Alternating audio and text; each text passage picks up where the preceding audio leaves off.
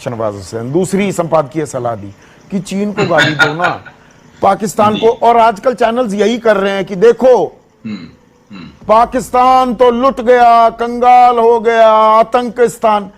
अरे देश ना देश की जात। हम पाकिस्तान की बात करेंगे कि मैं अपने देश की बात करूं, मैं अपने समस्याओं की बात करूं कि मैं पाकिस्तान में क्या हो रहा है उस पर ध्यान दूं। चीन ने क्या किया क्या नहीं किया, चीन को मैं गाली देने से काम नहीं चलेगा। हमें अपने गिरेबान में झांकना है, अपनी ताकत को आंकना है, अपनी रणनीति तैयार करनी है। क्या वो ज्यादा जरूरी नहीं है? उसमें मैं कम भारतीय पत्रकार हो जाऊंगा अगर मैं ये पूछता हूं तो।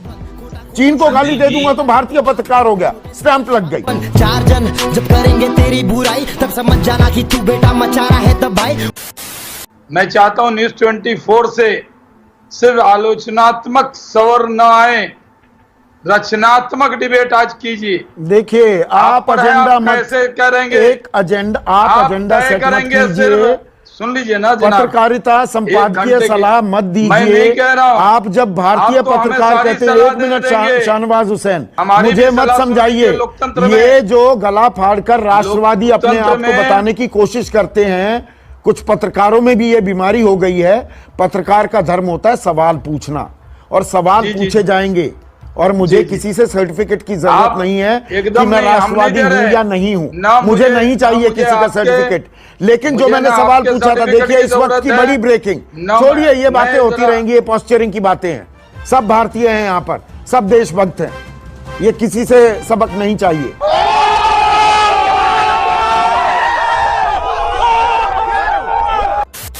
चीनी सेना लद्दाख में कब घुसी, क्या ये पता होना चाहिए? क्या सरकार को जानकारी थी कब घुसी?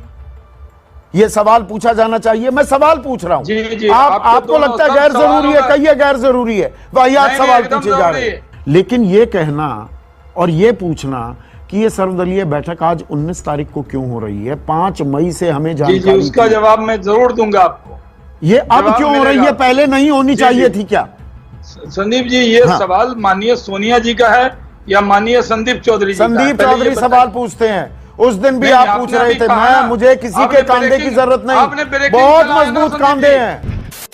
ये राजनीतिक दल का सवाल नहीं था।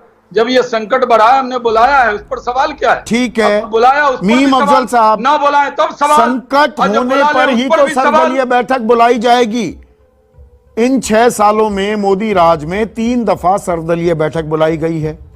16 फरवरी 2019 को, 14 फरवरी को पुलवामा आतंकी हमला हुआ था।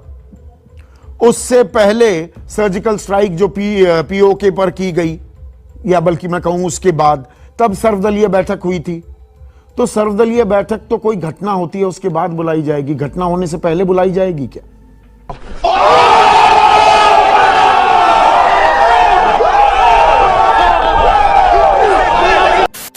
क्यों रिएक्ट करते हैं जनाब? नहीं, रिएक्ट करना जरूरी है। क्या इस देश के जो 130 करोड़ नागरिक हैं, आप कह रहे हैं उनमें से एक बड़ी तादाद है जो गद्दार हैं? जब आप कहते हैं मैं देशभक्त होने के नाते बोल रहा हूं। चौधरी जी, आपसे ऐसी नहीं, मैं इसलिए पूछ रहा हूं, क्यों ये देशभक्ति की तालमेल होती है ना? सवाल जवाब कर रहे हैं हम, चर्चा कर रहे हैं, बहस भी नहीं। चलिए, मैं बड़ी दिलचस्प बात कह रहे हैं।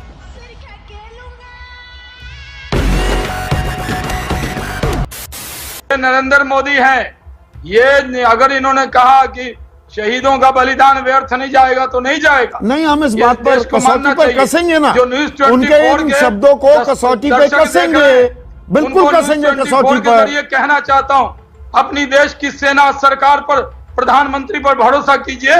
आपकी उम्मीदों पर 24 हमें पूरा भरोसा है, पर हम सवाल भी पूछेंगे। देखिए, भरोसे का मतलब ये नहीं होता कि सवाल ना पूछे जाएं।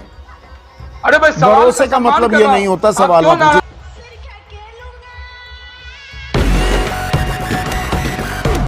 हिम्मत हो तो पब्लिकली बताओ, मोदी कहाँ है तेरा 56 इंच? कैसा है तू रेजिग्नेशन दे दे, तू हट जा। तब देश के मुंह से निकलता है, जनता को आप मूर्ख समझना बंद कर दीजिए। इस प्रकार की बचकाना बातें किसी के गले नहीं उतरती, लोग मजाक उड़ाते हैं।